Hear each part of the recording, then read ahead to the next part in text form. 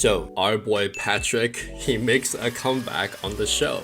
Yo, yeah, Patrick's here! I'm back. Patrick! I'll say hi to you guys in a second. He's like, it's no right now. Bitch, be humble. Bitch, sit down. Oh my god. Oh my god. So is Casey gonna show up? I don't think she'll be here. I still want to know what happened. Casey, and she was like, I want to see you the first thing when we get back. And I was like, okay, yeah. I was like, we're still like engaged. Have you seen her in Denver? Not one-on-one. Dude, so You didn't see her one-on-one in there? Dude, I get back to Denver. She texts me. She's like, says all this thing like she didn't want to do the show anymore, and it was like too much for her. What the? So Patrick, in his mind, he basically, it's not really his fault, right? Casey basically left it as like, let's hang out after the show. And Patrick, when he gets back, she's just like, hey, I'm not gonna talk to you anymore.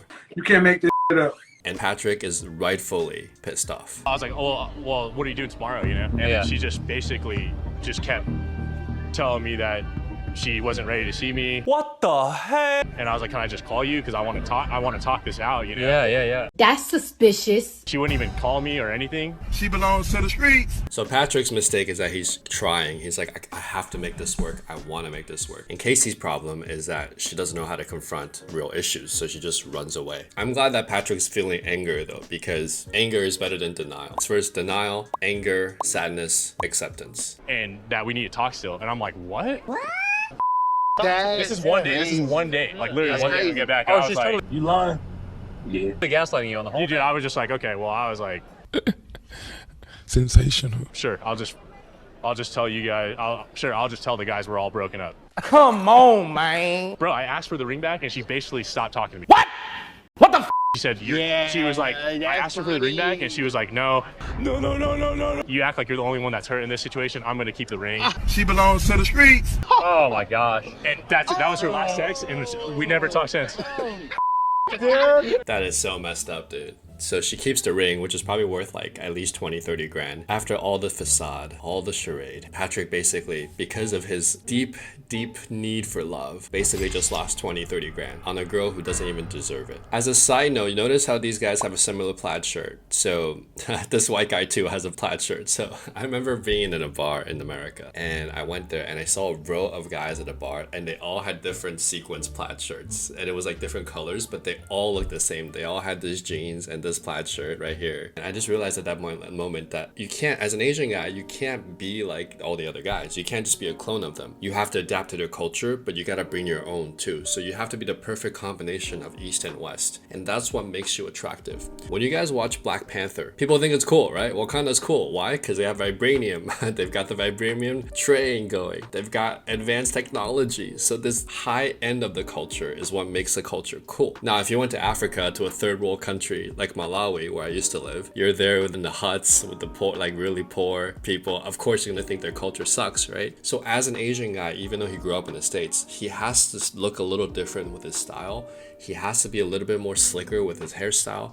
He has to both embrace his culture, but adapt to American culture and somehow be that perfect balance of East and West. And I think nobody exemplified this better than Bruce Lee back in the time when there was extreme racism. And Bruce was able to embrace his Asian heritage and martial arts, but also express it and teach it in a way where the Western audience could understand. So think of yourself as the bridge between the two worlds. And when you're that bridge, suddenly become attractive.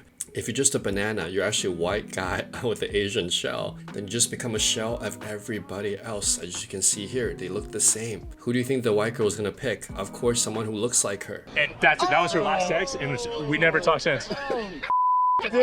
What hurt me the most though, dude, is like, within hours after the reveal, you know? Oh my god. It's Right. Like, it's like, dude, like you didn't even give it a day? Like a night. If you give it one night, like I'd feel a little bit better. Wait for it. But you gave it a couple hours to think you wanted to end this, and I'm just like, dude, that hurt. To be fair, these guys are very supportive. I can tell like they really do like Patrick as a friend, and these guys aren't like being racist or anything. When you're hanging out with a group of white guys, like there's always gonna be like guys who don't care about the race, and there's guys who like need to get over it because you look different. And then you have other minorities like black guys who actually get it because they're like, yeah, I get what it's like to be a minority. So sometimes they'll be on your side because they understand what it's like to be outcast. So nice. Yeah, this is my girl Hannah. This is my girl. This is like one of my favorite girls. I know, isn't she the best? No, God! It's a trap. She's my favorite girl. Yeah, We're gonna have to share her. She was my number one until she left me. God damn it. Come on, man. And then Anna comes back, and then Patrick goes back to desperation. Watch. I don't know why you left me. I don't know why you did that. Getting real already. If you stayed, we would have went all the way. Yeah, we should talk about that for sure. Let's chat. Let's chat. I do feel really bad for not saying anything before I left. Bullshit?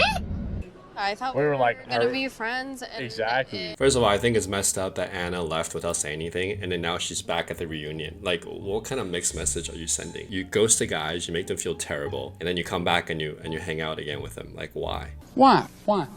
Why? Why? And then I think it both caught us off guard that like it was going to be more. Yeah, That's right. it did. After that, I was like, he's gonna be okay. It wasn't gonna be me anyway.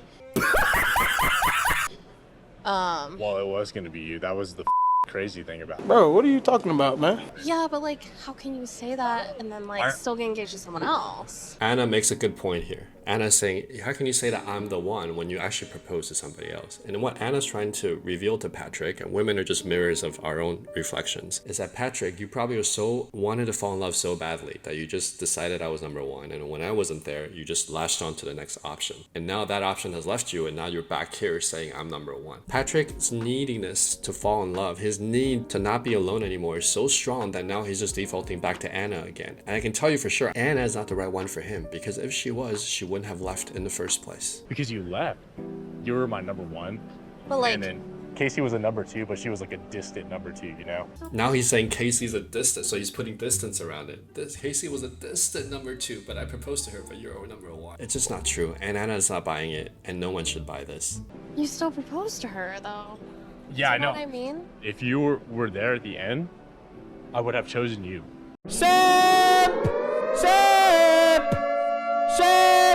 What Patrick's trying to say is, right, if you read between the lines, I'm ready to fall in love. You were my number one choice to fall in love with. But because you weren't there, I'm going to fall in love anyway because I'm needed so much, right? That's what he's sub-communicating. And Anna's picking up on this. And that's why she's saying, look, like, I get it, but you're not ready for me. To me, it's not fair for you to say, it was you, it was always you, but it wasn't. You asked another girl to marry you, and I know that I wasn't there, but like... Look at his expression. He can't believe it. He's like, but you were my number one. He's just so in love with the idea of falling in love. You know, there's this funny scene, I forget the movie name, but this girl like meets this celebrity and she also has a guy who's like her high school crush. And at the end of the movie, the girl says, was it Ted or somebody? She said, look, you're in love with the idea of me, but you're not in love with me. Sometimes we like the idea of falling in love until we fall in love with the wrong person and realize how painful it could be. This expression right here of unbelievability, Patrick said, I can't believe that I can't fall in love with you. If I was in the back of your mind the whole time, like, you can't ask someone else to marry you. Just don't say that it was gonna be me. Anna's got a good point here. I mean, she's not the best looking girl in the batch, but she's got a point. So you can't keep saying that if your actions speak otherwise. And she's absolutely right here. Because it wasn't. The facts are, you told someone else you love them, which is okay. That's right. You look at the facts, right? She's like, look, these are the facts. This is what happened. And she's saying, it's okay. It's wholly within your right. But then you come back and say you love me and I was number one. It just doesn't make sense, right? It doesn't make sense. It only makes sense if you think like Patrick, where he's just ready to fall in love with somebody. And Anna's starting to get there. But Patrick still doesn't understand that he's in this spell right now. He's in love with the idea of falling in love.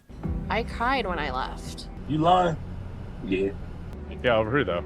You and Blake. What? I'm not gonna lie to you. See, so it's a two-person thing for you. Is this? What did he say? Yeah, but I didn't. So Patrick has this pattern, as we saw, rationalizing. Oh, just two-person thing for you too. But Anna's like, well, I didn't propose to Blake, you know? So Patrick's still trying to rationalize. Oh, but I had two girls, but you had two guys too. So therefore we should be together. Rah. You have to understand, most of these people are not ready to be unplugged. He's rationalized everything. Everything in his reality is squished into this rationalization of you should be with me, fall in love, my girl. It's too needy. People sense it and they run away. Tell anyone else I love them.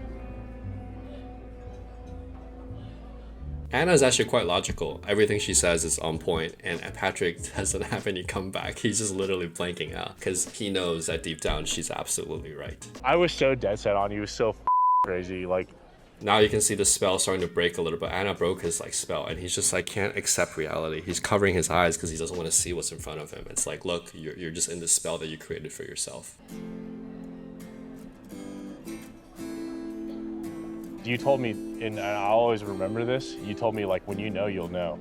Okay, so there's another thing people do when they're in love and they don't want to let go. They'll do this thing where they anchor back to a previous good emotion. She's like, you know, when back in the pods, you told me when you know, you know. He's bringing back all the good memories. He's still trying to get her. Maybe the idea of like losing Casey, like, you know, sometimes when an Asian guy gets rejected by a hot white girl, like in defense, his defense mechanism goes back and he's like, let me go back to the safe Asian girl who's gonna love me for me. And that's, I think, a little bit of what's going on here. He's still not letting go. He's not accepting reality. You know, remember that when you told me that? You were like, if you know, you'll know. Yeah. And Anna's not giving him anything. She's blank, right? Because she doesn't want him to misinterpret anything at all. She's just accepting the facts as they are, which I actually applaud her for. that stuck with me the whole way through to the end. But you just weren't there yet, you know? He ain't lying. What do you mean? Choosing yourself over your family, choosing yourself over everything else. Sure, yeah. You literally know me better than anyone else, I swear to God. You lying? Yeah. I knew I was gonna ask you to marry me, but I think you would have said no at the altar. Who knows? I don't know. Stop it.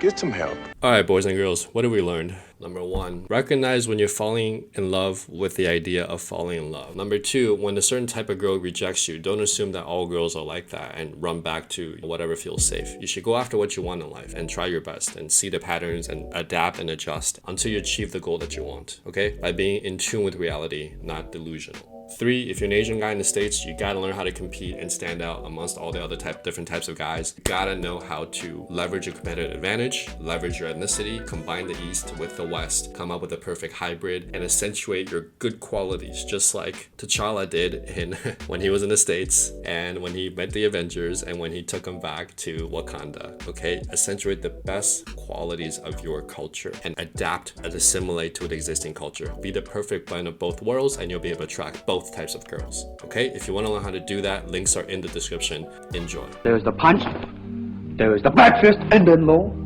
Of course, then they use leg, straight at the groin, or come up. Or, if I can back up a little bit, they start back from here, and then come back. All right. It's kind of worried. He has nothing to worry about. Now, once again,